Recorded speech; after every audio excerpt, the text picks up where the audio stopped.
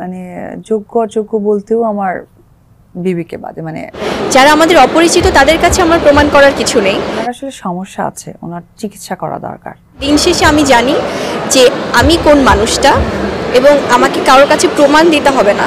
অনেক বেশি নিজেকে গেমে অংশগ্রহণ করতে গিয়ে উনি এখন ফেইলিওর খেলোয়াড় হয়ে গেছে। ঢালিউডের আলোচিত দুই নায়িকা অপু বিশ্বাস ও শবনম বুবলি দুজনেই সুপারস্টার শাকিব খানের সাবেক স্ত্রী। শাকিবের সঙ্গে কোনো সম্পর্ক না থাকলেও এই দুই নায়িকার মধ্যে যে দাকুমড়ো সম্পর্ক, সেটি তাদের পরস্পরের প্রতি তির্যক মন্তব্যেই প্রকাশ পায়। সম্প্রতি আবারও অপু বুবলি মেতেছেন বাগযুদ্ধে।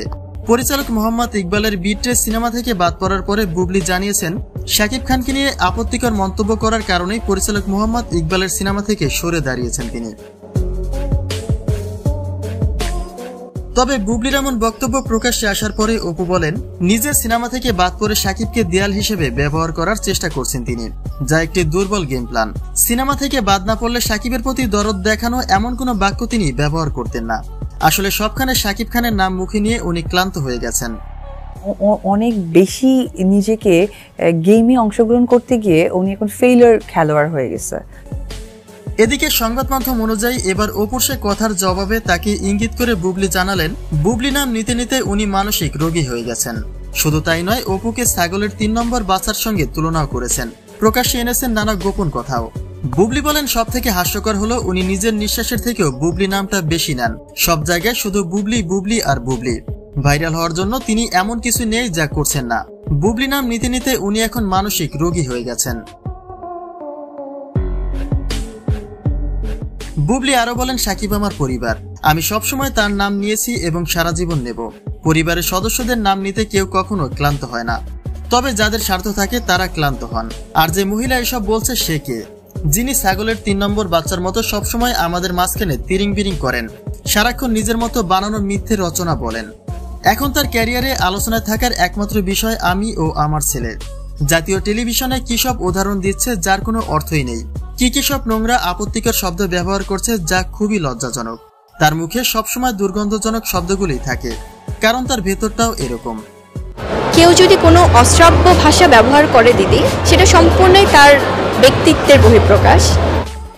কিছুদিন আগে অপু বিশ্বাস দাবি করেন, শাকিব খানের শত্রুদের সঙ্গে বুবলির ওঠা বসা বেশি।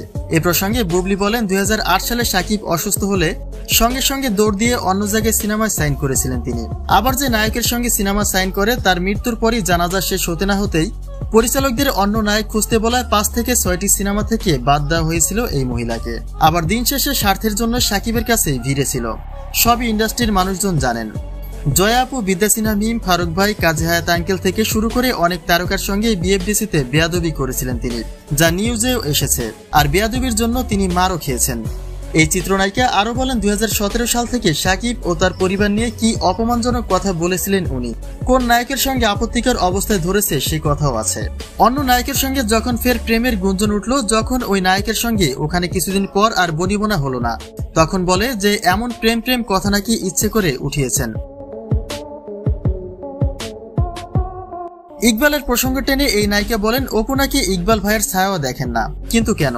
কারণ হচ্ছে, কিছুদিন আগে ইকবাল ভাইয়ের কাছে একজন প্রযোজক অনুদানের একটি সিনেমা থেকে বাদ দিয়েছিলেন তাকে, আবার সাইনিং মানিও ফেরত নিয়েছিলেন।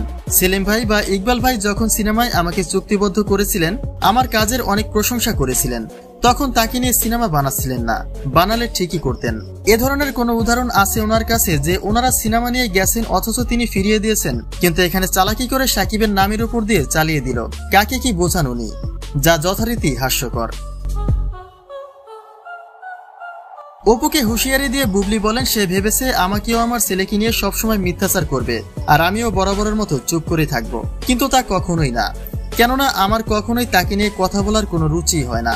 তবে যখন দেখছি সে তার নিজ স্বার্থ সিদ্ধির জন্য আদা জল খেয়ে শেজাদকে তার বাবার থেকে আলাদা করার জন্য নেমেছে, তখন আমি আর চুপ করে থাকবো কেন?